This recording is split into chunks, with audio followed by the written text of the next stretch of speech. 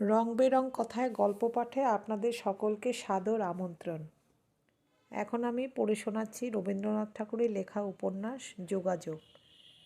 আজ 24 পর্ব।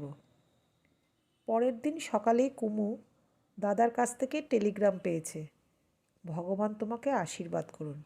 সেই টেলিগ্রামের কাগজখানি জামার মধ্যে বুকের কাছে রেখে দিলে। এই টেলিগ্রামের যেন দাদার দক্ষিণ হাতের স্পর্শ। কিন্তু দাদা নিজের শরীরের কথা কেন কিছুই লিখলে না? তবে কি অসুখ বেড়েছে? দাদার সব খবরই মুহূর্তে মুহূর্তে যার প্রত্যক্ষগোচর ছিল, আজ তার কাছে সবই অবরুদ্ধ। আজ ফুলশয্যে, বাড়িতে লোকে লোকারণ্য। আত্মীয় মেয়েরা সমস্ত দিন কুমুকে নিয়ে নাড়াচাড়া করছে, কিছুতে তাকে একলা থাকতে দিচ্ছে না। আজ একলা থাকবার বড় দরকার ছিল। শোবার ঘরের পাশেই ওর নাবার ঘর, সেখানে জলের কলপাতা এবং ধারা স্নানের ঝাঁঝরি বসানো। কোনো অবকাশে বাক্স থেকে যুগল ফ্রেমে বাঁধানো পটখানি বের করে স্নানের ঘরে গিয়ে দরজা বন্ধ করলো। সাদা পাথরের জলচৌকির উপরে পট রেখে সামনে মাটিতে বসে নিজের মনে বারবার করে বললে, আমি তোমারই, আজ তুমি আমাকে নাও। সে আর কেউ নয়, সে তুমি, সে তুমি, সে তুমি। তোমারই যুগল রূপ প্রকাশক আমার জীবনে। ডাক্তাররা বলছে বিপ্রদাসের ইনফ্লুয়েঞ্জা নিউমোনিয়া এসে দাঁড়িয়েছে। নবগোপাল একলা কলকাতায় এলো ফুলশয্যার সওগাত পাঠাবার ব্যবস্থা করতে। খুব ঘটা করেই সওগাত পাঠানো হলো। বিপ্রদাস নিজে থাকলে এত আড়ম্বর করতো না। কুমুর বিবাহ উপলক্ষে ওর বড় বোন 4 জনকেই আনতে পাঠানো হয়েছিল, কিন্তু খবর রটে গেছে ঘোষালরা সৎ ব্রাহ্মণ নয়। বাড়ির লোক এ বিয়েতে কিছুতে তাদের পাঠাতে রাজি হলো না। কুমুর তৃতীয় বোন যদি বা স্বামীর সঙ্গে ঝগড়াঝাটি করে বিয়ের পরদিন কলকাতায় এসে পৌঁছল। নবগোপাল বললে, ও বাড়িতে তুমি গেলে আমাদের মান থাকবে না। বিবাহ রাত্রির কথা আজও সে ভুলতে পারেনি। তাই প্রায় অসম্পর্কীয় গুটি কয়েক ছোট ছোট মেয়ে এক বুড়ি দাসীর সঙ্গে পাঠিয়ে দিলে নিমন্ত্রণ রাখতে। কুমু বুঝলে সন্ধে এখনও হলো না, হয়তো কোনো কালেই হবে না। কুমুর সাজসজ্জা হলো, ঠাট্টার সম্পর্কীয়দের ঠাট্টার পালা শেষ হয়েছে, নিমন্ত্রিতদের খাওয়ানো শুরু হবে।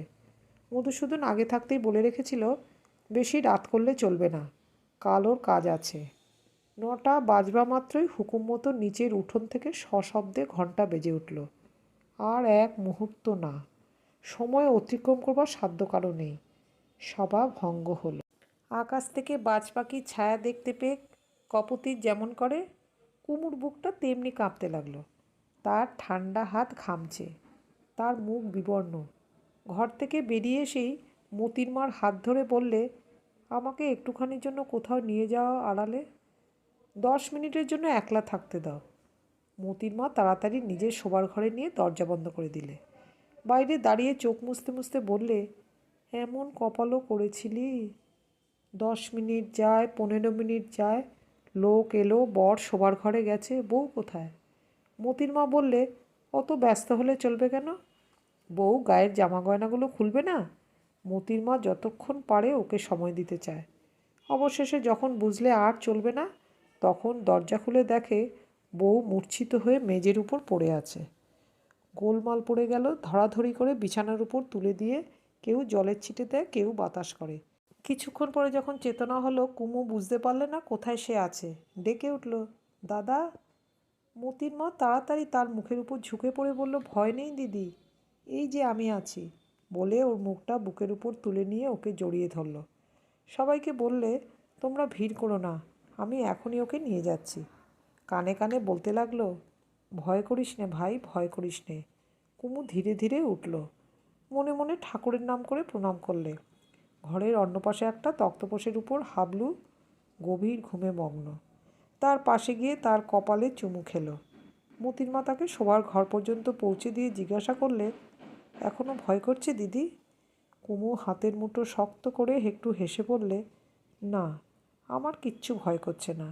মনে মনে বলছে, এই আমার অভিসার, বাইরে অন্ধকার, ভিতরে আলো, মেরে গিরিধর গোপাল और नहीं कोही।